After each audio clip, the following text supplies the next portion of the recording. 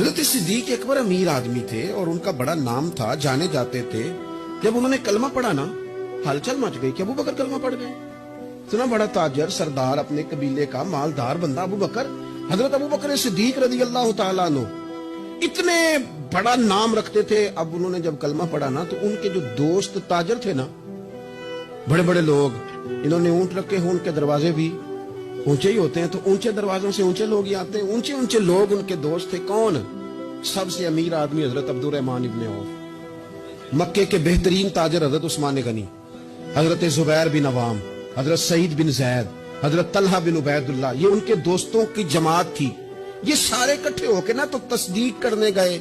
جا کے کہنے لگے ابو بکر آپ نے کلمہ پڑھ لیا, سنا ہے؟ آپ فرمانے لگے سادہ تو نہیں نا اس سوال کا جواب, یہ کوئی عام کسی کا ذکر تو نہیں نا کہ میں فٹافٹ کر دوں, ذرا بیٹھ جاؤ.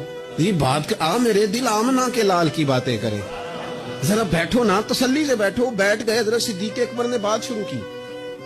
انہوں نے نا کلام شروع کیا تو اس میں والہانہ پن اتنا تھا, پیار اتنا تھا. انہوں نے حضور کا تذکرہ یوں کیا, کبھی اخلاق کی بات, کبھی کردار کی بات, کبھی تعلیم کی سچائی کی بات, کبھی زبان کی صداقت کی بات. اس انداز میں حضور کا ذکر کیا کہ وہ جو تصدیق کرنے آئے تھے نا کہ آپ نے کلمہ پڑھا کہ نہیں پڑھا, وہ سارے بھی کلمہ پڑھ کے مسلمان ہو گئے.